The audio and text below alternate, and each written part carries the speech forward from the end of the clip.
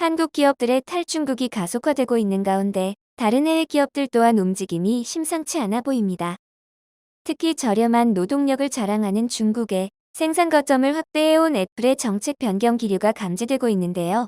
무단으로 설계 변경한 것은 물론이고 중국의 코로나 봉쇄 정책의 인내심까지 바닥난 애플은 더는 못 참겠다며 최근 초강수를 두었습니다.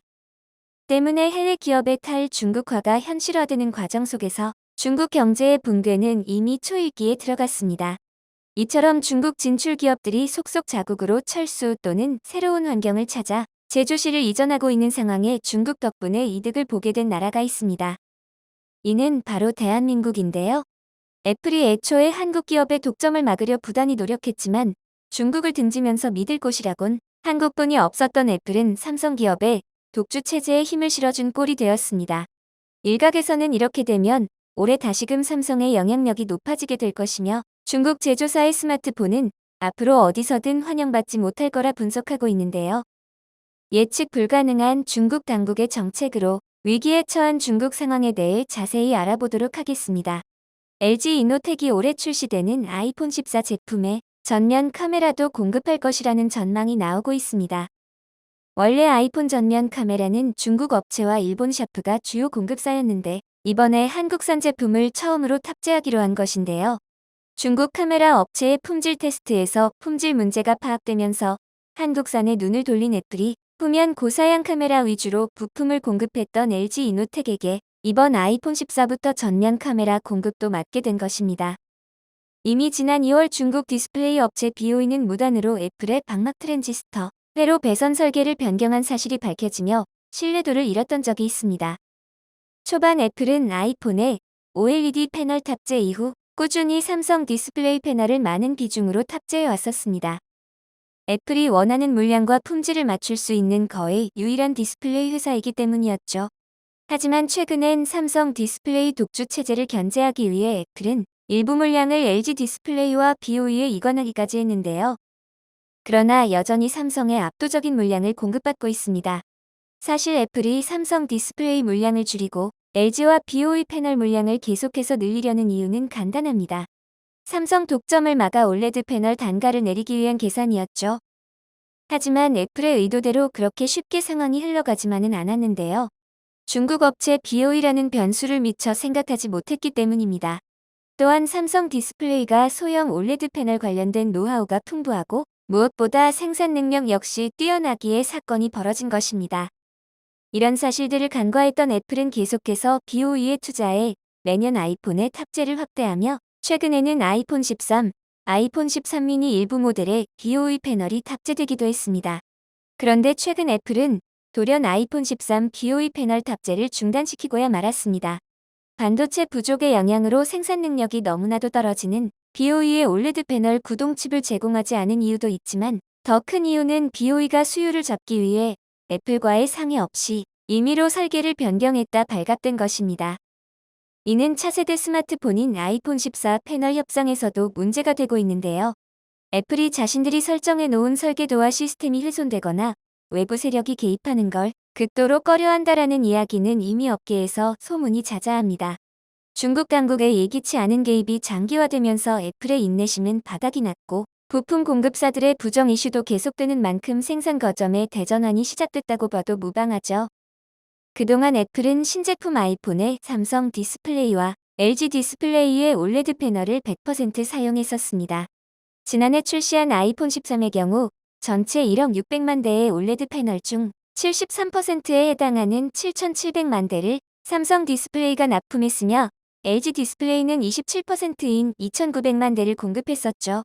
하지만 BOE가 지난 2월부터 디스플레이, 구동칩 수급에 어려움을 겪으면서 아이폰용 올레드 생산량이 급감해 원래 계획했던 물량을 다 채우지 못할 것이라 추측했는데요. BOE는 현재 LX 세미콘의 DDI를 사용하고 있었는데 올해 초부터 DDI 부족 현상이 심화되면서 애플의 통제를 받는 LX 세미콘이 애플의 요구에 따라 LG 디스플레이에 아이폰 올레드용 DDI를 우선적으로 공급을 한 것입니다. 애플은 공급사 다양화 전략보다 공급을 안정적으로 유지하는 것을 더 중요하게 여겨 한국 기업을 선택한 것이죠. 여기에 BOE는 올레드 수요를 끌어올리기 위해 TFT 회로 배선 설계를 무단으로 변경하는 치명적인 실수를 저지르기에 이릅니다. 이 같은 사실이 알려지자 중국 언론들은 크게 반발하며 BOE가 어떻게 애플의 동의 없이 기술적인 성능을 바꿀 수 있겠냐 반박하고 나섰는데요. 하지만 무단 변경 루머가 돌았을 즈음 실제 BOE는 애플에게 2달간 물량을 배정받지 못한 것으로 알려졌습니다. 업계 관계자의 말에 따르면 BOE가 경쟁사 대비 낮은 수율 문제와 DDI 확보 어려움을 해결하고자 아이폰용 디스플레이의 사양을 낮췄다는 얘기가 많다며 특히 방막 트랜지스터의 회로폭을 사양보다 두껍게 제작해 제조 난이도를 낮추고 수익률을 높이려 시도했다가 애플에게 발각된 것으로 안다고 말하였습니다. BOE는 애플 본사로 담당자를 보내 해당 사건에 대해 해명하고 아이폰 14용 올레드 패널 생산을 승인받으려 했지만 애플이 답변을 하지 않고 있는 상황입니다. 이에 루머는 기정사실로 받아들여지고 있죠. 작년 초만 하더라도 중국 BOE는 아이폰 패널 공급에서 한국 독점 구도를 깼다며 한국의 기술력을 코앞까지 따라왔다고 셀프 칭찬을 아끼지 않았습니다.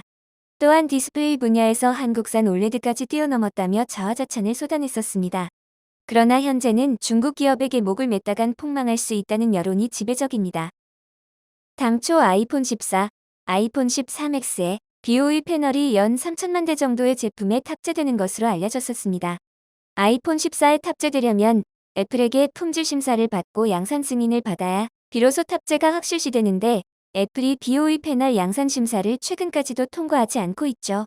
9월 발표되는 아이폰 14는 늦어도 7월부터는 양산이 시작돼야 하는데 BOE가 패널을 생산하는 수율을 생각하면 지금까지 양산 심사에 대한 확답이 없으면 사실상 초도 물량 탑재는 어렵다고 볼 수 있습니다. 이렇게 되면 올해 출시되는 아이폰 14 BOE 패널 탑재는 사실상 불가능한 거죠. 애플이 BOE 패널 심사를 통과시키지 않는 가장 큰 이유는 BOE의 설계 임의 변경 사건이 가장 컸습니다. 설계를 임의로 변경한 전적이 있기 때문에 더 까다로운 조건을 가지고 심사를 할 수밖에 없던 것입니다. 최근에는 BOE의 아이폰 14 올레드 물량이 제로에 가까울 것이란 전망이 지배적입니다. 또 다른 이유로는 최근 삼성 디스플레이의 특허와 관련된 이유를 들 수 있습니다. 실제로 여기에 관해서는 이미 삼성 디스플레이가 입장을 애플에게 전달한 상황인데요. BOE가 침해한 것으로 확인된 삼성의 특허에 강경 대응 입장을 전한 만큼 애플이 BOE 패널 탑재를 미루고 있는 것입니다. BOE는 올해 아이폰 13 일부 물량과 아이폰 12 올레드 패널을 생산했었습니다. 대부분 신제품에 탑재되는 패널이 아닌 리퍼용 패널로 생산했었죠. 즉, 신제품이 아닌 디스플레이 AS에 사용되는 패널을 양산한 것입니다. 아이폰 14 패널 수주에 실패하면 올해도 리퍼용 패널 일부만 생산하게 되며 이렇게 되면 BOE 올레드 패널 생산량은 올해 목표치의 절반에 미치지도 못하는 수준으로 떨어지게 됩니다. BOE는 애플을 제외하면 중국 제조사 스마트폰에서도 환영받지 못하고 있는데요. 초반 한국 기업을 뛰어넘겠다는 객기는 어디로 가고 지금은 BOE 존폐의 기로에 선 것입니다. 이처럼 BOE 패널 탑재가 어려워지면서 아이폰 14, 아이폰 13X 모델까지 삼성과 LG 디스플레이가 양분하게 돼 반사 이익을 입을 것으로 예상되고 있습니다. 양산 능력을 고려하면 삼성 비중이 다시 높아지는 그림을 보이고 있죠. 결국 중국에서 애플 제품을 조립 생산하는 위탁 업체들이 줄줄이 공장 가동을 중단하면서 막대한 손해를 입고 있는데요. 반면 경쟁업체인 삼성은 이미 2019년 생산 라인을 탈중국해 큰 영향을 받지 않고 있습니다. 우리 한국 기업들은 빠른 판단력으로 앞서 올 재앙을 막은 것이죠. 애플은 인도, 베트남, 멕시코 등 중국 밖으로 공장을 이전하려 하지만 생각보다 쉽지 않아 보입니다.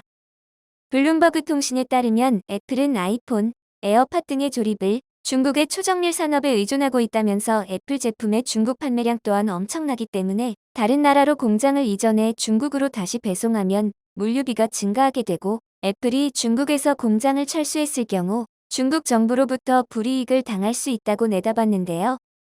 계속해서 애플이 중국을 끊어낼 수 없게 된다면 훗날 천문학적인 규모의 금전적 피해를 입을 것으로 예상되는 바입니다. 한편 올해 구글은 하반기로 미룬 폴더블 스마트폰의 출시 일정을 다시금 미룬 것으로 알려지고 있습니다.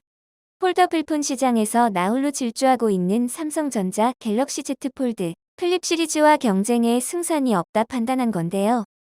삼성은 도저히 따라갈 수가 없다며 결국 백기를 든 구글은 한국의 기술력을 극찬하고 있습니다. 이에 문제만 생겼다 하면 모두 한국에게 도움을 청하고 있는 해외 기업들을 보며 앞으로도 우리 한국 기업들이 얼마나 대단한 성과를 낼 것인지 기대되는 바입니다. 영상을 끝까지 시청해주셔서 감사합니다. 구독과 좋아요는 영상 제작에 큰 힘이 됩니다.